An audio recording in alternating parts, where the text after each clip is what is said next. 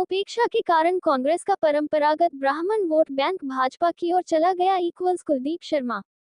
लोहारू से सांवरमल वर्मा। पूर्व विधानसभा स्पीकर और कांग्रेस के वरिष्ठ नेता कुलदीप शर्मा ने कहा कि देश और प्रदेश में ब्राह्मण वोट बैंक हमेशा से ही कांग्रेस के साथ रहा, लेकिन हरियाणा में गत विधानसभा चुनाव में उपेक्षा के कारण यह वोट बैंक कांग्रेस से छिटककर भाजपा की ओर चला गया। नतीजा ये रहा कि चाय का भरा प्याला भाजपा ले उड़ी और हम खाली हाथ रह गए। भाजपा ने विधानसभा चुनाव में 12 टिकटें ब्राह्मण वर्ग को दी, लेकिन कांग्रेस ने टिकट बंटवारे में उनकी बहुत कम सुनी। अभी भी समय है कि कांग्रेस इस वर्ग की उपेक्षा करने बंद करे और पहले की तरह इस वर्ग को पूरा प्रतिनिधित्व दे। जनता जनार्दन चाहे तो सरकारें बनती देर नहीं लगती। कुलदीप शर्मा वीरवार को लोहारू में एक विवाह समारोह में शरीक होने से पूर्व ब्राह्मण सभा को संबोधित कर रहे थे। उन्होंने कहा कि देश की आजादी के संघर्ष के लिए बैंक कांग्रेस की गठन से लेकर आज तक इतिहास गवाह है कि ब्राह्मण वर्ग ने इस पार्टी को अपने लहू से सींचा है। कांग्रेस के नेतृत्व में एक पुकार पर इस वर्ग के लोगों ने देश की आजादी के लिए हंसते हंसते फांसी के फंदे को चूमा है। देश की आजादी के बाद देश के नवनिर्माण में इस वर्ग ने स्वहित को कुर्बानी देकर राष्ट्रहित को सर्वोपरि समझा है। लेकिन कहीं न कहीं कांग्रेस में कुछ नेताओं से पता नहीं गलती हो गई कि आज ये राष्ट्रभक्त परोपकारी वर्ग को भाजपा ने अपनी ओर आकर्षित कर लिया। इसमें कमी में कांग्रेस को सुधार करने की जरूरत है। आईजी रैंक के पुलिस अधिकारी द्वारा ही सुसाइड करने और कानून व्यवस्था पर बोलते हुए उन्होंने कहा कि भाजपा राज में कानून व्यवस्था का दिवालिया निकला हुआ है। आए दिन मर्डर और रेप की घटनाएं आम हो गई हैं। हरियाणा के सीएम के डम्मी होने के आरोपों पर पूछे गए सवाल पर उन्होंने कहा कि यह पार्टी का अंदरूनी मामला है, व्यक्तिगत तौर पर कोई भी गलत नहीं होता। उन्होंने कहा कि सोनिया गांधी और राहुल गांधी तथा प्रियंका गांधी के नेतृत्व में कांग्रेस पार्टी भारत देश के हर जाति वर्ग और धर्म के लोगों को साथ लेकर राष्ट्र कल्याण में अपने कार्य कर रही है। देश प्रदेश में एक बार फिर कांग्रेस का सुशासन लोगों को मिलेगा। इस अवसर पर बजरंग लाल शर्मा, प्रहलाद राय शर्मा, राम अवतार शर्मा, सुरेंद्र सिंह, जितेंद्र भारद्वाज, सुशील शर्मा, राजीव वत्स, प्रवीण जोशी, अजय शर्मा आदि मौजूद रहे।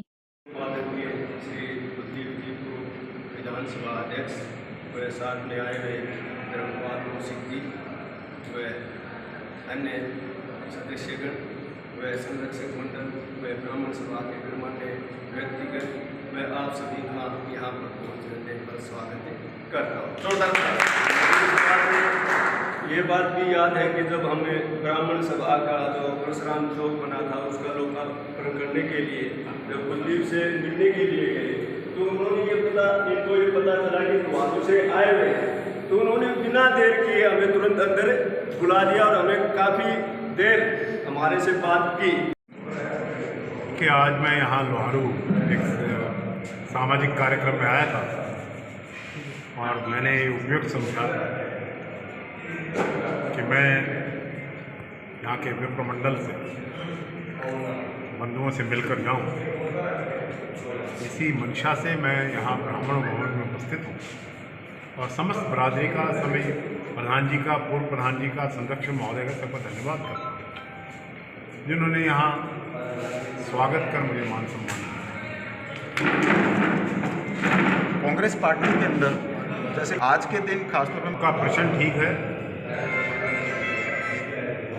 कांग्रेस को सदैव ब्राह्मणों का आशीर्वाद और समर्थन मिला है और जब तक मिलता रहा है कांग्रेस सत्ता में रही और जब दोबारा सत्ता में आना है तो भी इसी आशीर्वाद से काम चलेगा।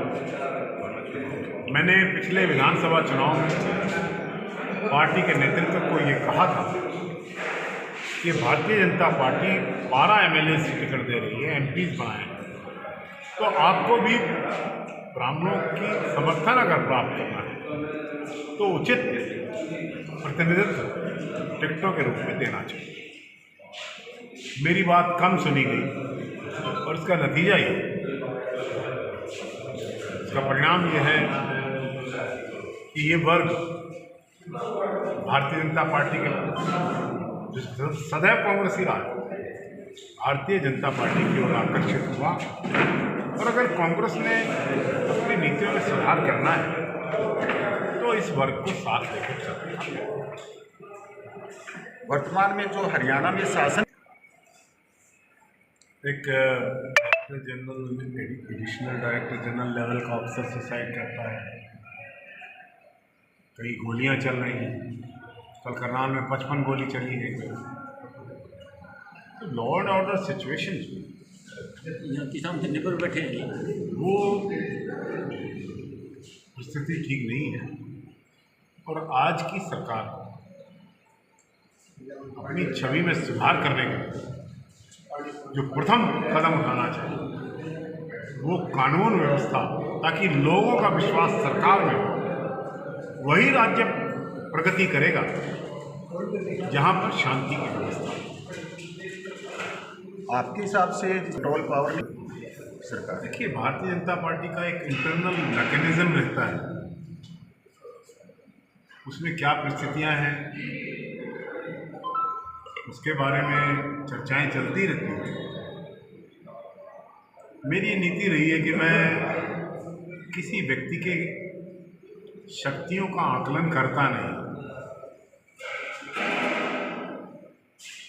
नायब सैनी जी मुख्यमंत्री हैं और मुख्यमंत्री ही होता है। और लेकिन भारतीय जनता पार्टी को परिस्थितियों को संभालने के लिए प्रभावी कदम उठाने चाहिए। बस।